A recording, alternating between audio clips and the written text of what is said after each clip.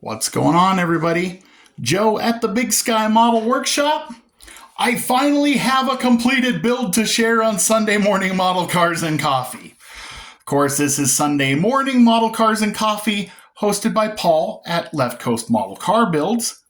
This one's kind of a twofer because this is also the final on my Blue Ox Model Shop Street Machine build, hosted by Jason. Hope you don't mind I'm doing that here as well. So, backstory on this build, because this is not how it was intended to be. I originally was going to build this like a truck that I had plans for several years back. I briefly owned a 1957 F100 that I was going to rescue from the wrecking yard. It was sitting on military axles. It was going to get a front and rear axle out of a 63 F100. It was going to get a 352 out of a 63 Galaxy. And it was going to be a lot of fun. Well, then we had a snafu with the title. And the truck to this day still sits in the wrecking yard on those same military axles and will probably rot into the ground. Or at least the axles will. So my vision for it at that time was to put the 352 in it, put some mags on it, paint it. The truck is yellow and white, and I was going to paint it yellow and white two-tone. So I started working on this build that way. I ordered some 3D resin tires and wheels. I have the paint picked out. I had everything else in place. And then I mocked it up one day because I wanted to see, A, how much more bodywork I needed to do, and B, trying to get the engine set correctly. In the AMT kit, it comes with a Y block. Well, I'm obviously fitting in an FE engine, so I need to figure out where the engine is going to sit with the transmission, drill the hole through for the axle to go through the engine accordingly, because that's how the kit goes together. And that was the easiest way for me to put it together. And in the moment there, I mocked it up on the kit wheels and tires and set it down and instantly fell in love with the way it looked and completely changed the direction of the build. So, the story that will go with this build is we rescued an old F100 out of the wrecking yard or behind an old service station or a farm. Got some steel wheels out of the wrecking yard, got some reproduction wide whites, cleaned up the interior, laid the outside in primer, threw a junkyard engine in it, and just started cruising. So that's the direction I went with the build. And so there's a couple things I definitely need to redo, and I will. I don't know what happened to the tonneau cover back here. I had an incident or something with that tonneau cover, and you can see it's kind of warped right there. So I'll hop on the old eBay and get another one. Same with the grill, trying to strip the chrome off of the grill on this, and I couldn't get anything to stick afterwards. I tried to prime and paint afterwards, and it was a disaster. This is like the third time of stripping it. I finally just said to heck with it. I will grab another grill, and I think this time, instead of doing it white, maybe I'll do it in satin, like satin clear, and detail it that way because I think it'll look a lot better. So I'll redo the grill and the tonneau cover at some point here.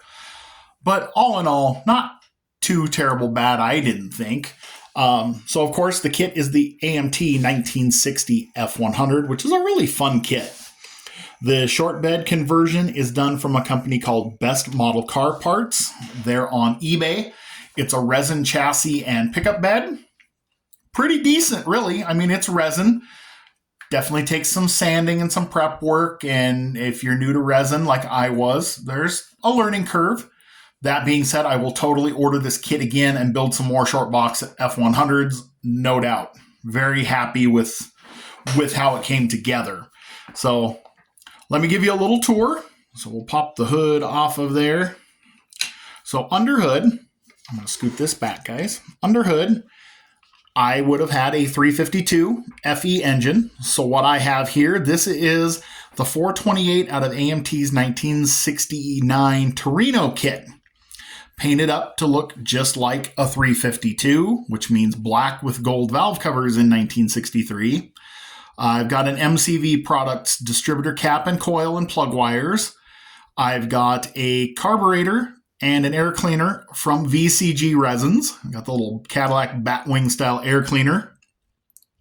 Scratch built-in upper radiator hose. That's actually 16 gauge electrical wire. Thought it turned out good. And then I've got an electric fan up underneath the front there. You can kind of barely see. And that also came from VCG Resins. Great parts from Josh as always. And the reason I had to do that is because once I got the engine to sit where it was going to sit, there was no room for a fan at all. Not bad. I mean, it's not perfect, but I mean, the kit, the way the kit's designed, could I have done something differently? Probably, but I kind of just wanted to roll with what's there because I'm just having fun. I'm not building competition level models at all. This will go on the display case and be fine. So underneath, I had to build some head pipes to tie into the kit exhaust on the chassis, and I used some more of that same 16 gauge electrical wire. It's not the stuff from the auto parts store. I honestly don't know where I got it, but I got a big spool of it. It's got a very thin jacket, but it measures just a tick over 2 millimeters. So it's like the perfect size for these head pipes on this. So glued those on there, scratch built. The front U-joint came out of a monogram NASCAR kit. I just cut the U-joint off the front of a drive shaft and mated it in there. So I had a U-joint, even though there isn't one back here. Didn't get too crazy underneath. Otherwise, it's just primer black on the chassis plate. Like this can be a shelf queen. So, I mean, it doesn't need to be perfect, but it was going to bug me if I didn't connect the exhaust. My favorite part of the build is the interior, and you can kind of faintly see the seat cover in there. So what I got is I got some fabric from Hobby Lobby. Just a little swath of this fabric right here. It's like a quarter of a yard. It cost me all of $2. In fact, guys, if you want some, I got way too much. If you guys want some to build a seat cover or something, just drop me a line. I will be happy to mail you a piece. Like, I don't mind.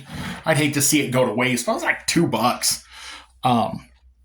So I did a seat cover because that's what I would have done too. Blanket style seat cover. The interior is exactly what I would have done. You know, a lot of your 50s and 60s pickups, the interior was like that steel silver-ish color. And so I did the dash and the interior tub with some aluminum, and it kind of turned out nice and sparkly on the dash. I actually really like how it came out. A little more of a view of the seat cover. Hopefully you guys can see that. I'm pretty happy. And then the other cool part I like, I don't know if you guys can see this. I'm going to move it where I can kind of, if you guys can see, holler at me. There you go. All right. The shifter is from MCV Products. I bought one of his assortment packs, and that shifter's got brass knuckles for a shifter handle. I thought that was just kind of a cool little added touch. So I threw it in. So, and then on the back, I've got my Montana license plate. That one's a 1960. I bought a package of license plates from eBay. You just cut them out and glue them on. They're on photo paper. This one's a 1960 to match the 1960. So you can kind of see a little more of the interior from here.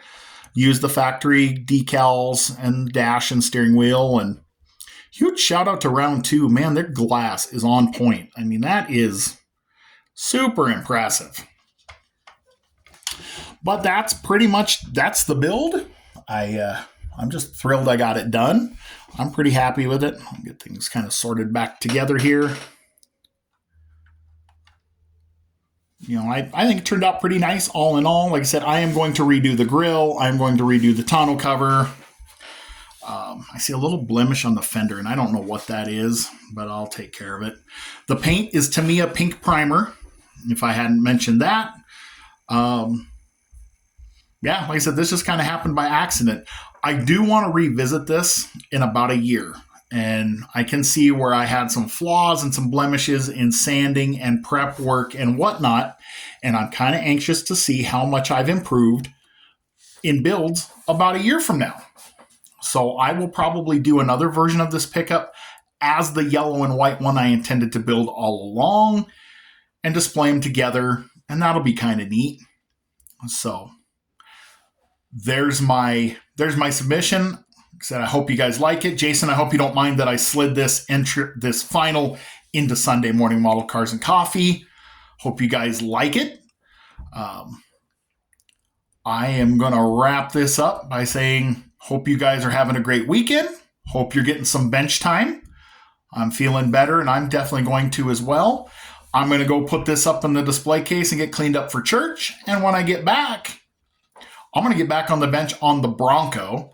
So hope everybody had a great week, is having a good weekend, and get some time to build something. And I'll catch you on the next one.